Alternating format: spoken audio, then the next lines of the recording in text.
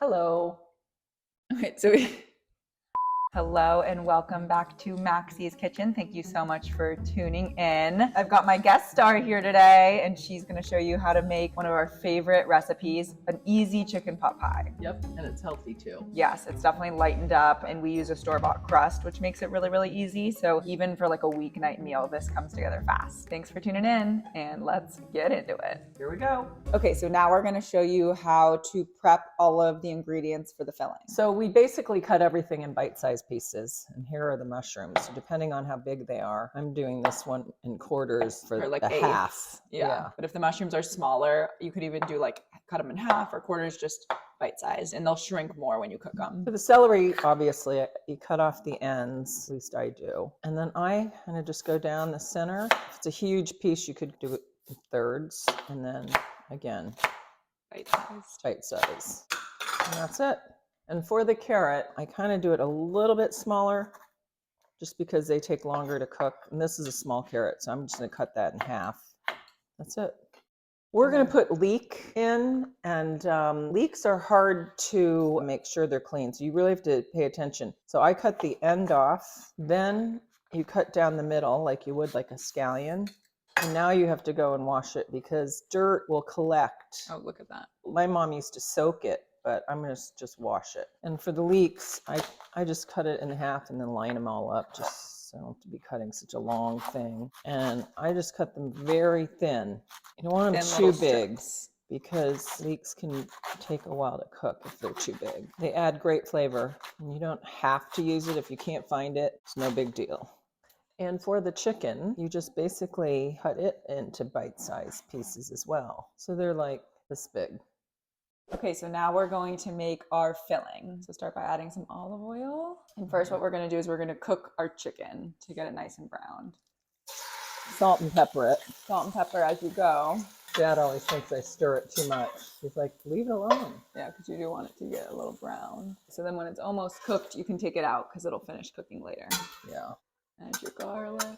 And then we're adding the Onions. chopped onions as well. We didn't show those, but that's just like a dice. You can also get the frozen pearl onions. I don't know. My dad doesn't like them as much. Some people don't like them. So we find regular onion is just as good, but you can definitely do the pearl onions too. And there are ways to take shortcuts in this recipe. You can buy the diced onions in the grocery store. I buy the frozen Southwest vegetables, which has green beans, peas, lima beans, and corn in it. And I'll just do that. It's up to you.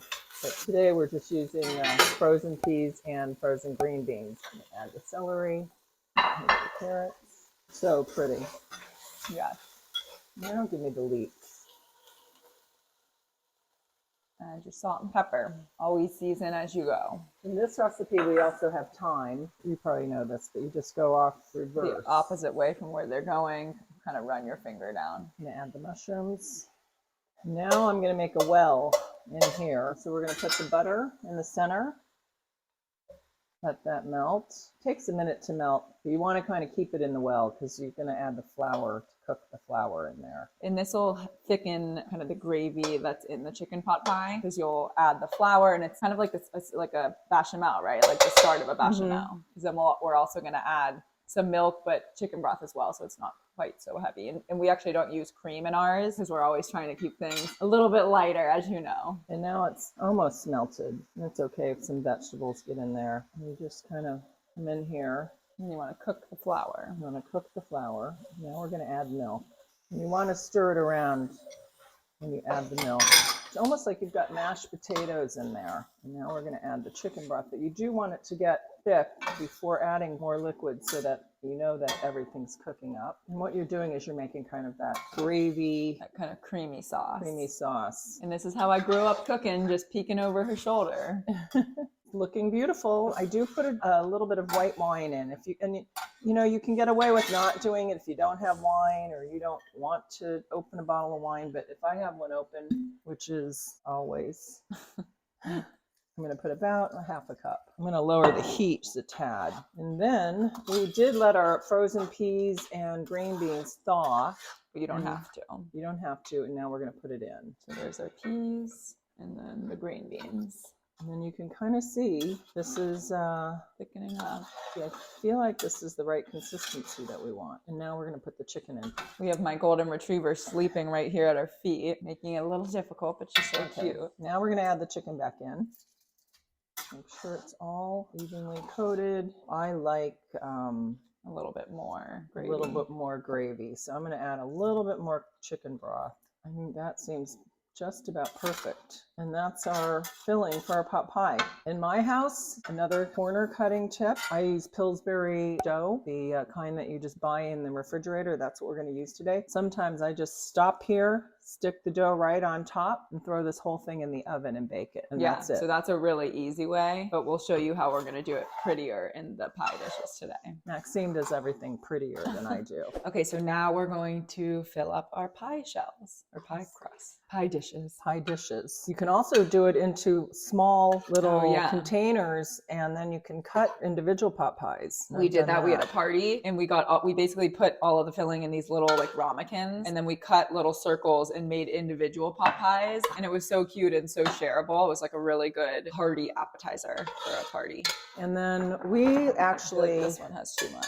like the Pillsbury crusts. Doug one time noticed when I got like the Safeway signature brand, because they were out of Pillsbury, he's like, something's different. Pillsbury's really good, and that's what makes this easy too, is we're not making our own pie shell, and we just do, obviously, as you're seeing here, a single crust, just because it's much lighter, and I feel like you get enough crust that way. You just put this on, and then basically you're going to come through and do the old Puckaroo. Yeah. Just get it sealed on Make there. it look like grandma's pie. And this is a good thing too. I've made it for a few people who've had babies, because obviously new parents are needing like fresh food in the house. So it's a great thing to bring over. And actually the last time I did it, I cut out letters and I put the name of the new baby on the pot pie. It was really cute. So cute. So I just got an extra crust and then I actually hand cut those letters out. And I find it's easiest to do this kind of pinching like this with both fingers. But she's doing it different. But see, there's not one right way. Right. Just make it your own. Just find a way to seal that crust on. And at this point, honestly, you can now put this in the freezer. Take it out some other time when you want dinner in a hurry and bake it. And I just vent it like this. So put some big vent holes in there. If you're going to freeze one, you want to put vent holes. Oh, you do vent it? Because you can't do it later. So we are going to freeze this one just because we have so much food around from cooking. Oh, the vlogging. So basically, this is all you have to do. And then you're going to unwrap it when you bake it. All right, our pot pies are going into the oven. Good job, Mama. Thank you. Okay, coming out of the oven. And we forgot to mention, but put it on a rack because it'll drip. And there's our gorgeous chicken pot pie. Yum, yum, yum. Okay, time for the taste test, our favorite part. That's right. Looks so good.